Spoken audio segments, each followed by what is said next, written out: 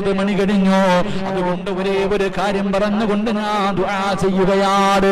ഈ സദസ്സിലിരിക്കുന്നവരോട് എനിക്ക് പറയാറുള്ളത്, ജീവിതത്തിൽ രക്ഷപ്പെടാനുള്ള ഒരു എളുപ്പവഴി ഞാൻ പറഞ്ഞു തരാ. ജീവിതത്തിൽ രക്ഷപ്പെടാനുള്ള ഒരു എളുപ്പവഴി ഞാൻ പറഞ്ഞു തരാ.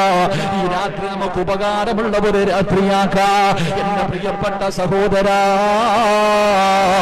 ജീവിതത്തിൽ രക്ഷപ്പെടാനുള്ള ഒരു എളുപ്പവഴി എന്തെന്നറിയുമോ?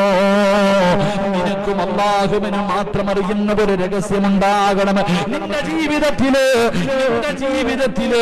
നിനക്കും അല്ലാഹുവിനും മാത്രം അറിയുന്ന ഒരു രഹസ്യം, നിനക്കും അല്ലാഹുവിനും മാത്രം അറിയുന്ന ഒരു രഹസ്യമായ ഒരു സൽക്കർമ്മം ജീവിതത്തിൽ ചെയ്യാൻ കഴിയണം.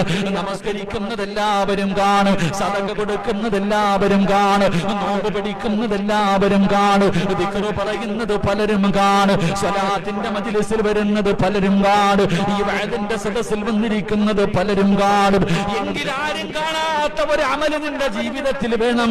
നിന്റെ ഭാര്യ പോലും അറിയരുത്, നിന്റെ മക്കൾ പോലും അറിയരുത്, ആരും അറിയാത്ത ഒരു രഹസ്യമായ ഒരു സൽക്കർമ്മം നിന്റെ ജീവിതത്തിൽ നിനക്ക് ചെയ്യാൻ കഴിയുമോ?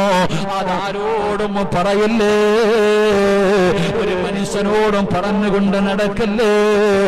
നിനക്കും അല്ലാഹുവിന് മാത്രം അറിയുന്ന ഒരു സൽക്കർമ്മം നിന്റെ ജീവിതത്തിൽ നിനക്ക് ചെയ്യാൻ കഴിഞ്ഞ അല്ലാഹുവേ, നിന്റെ ദുനിയാവും ആഖിറവും രക്ഷപ്പെടും. അല്ലാഹു ആ കൂട്ടത്തിൽ നമ്മളെ ഉൾപ്പെടുത്തി അനുഗ്രഹിക്കുമാർ.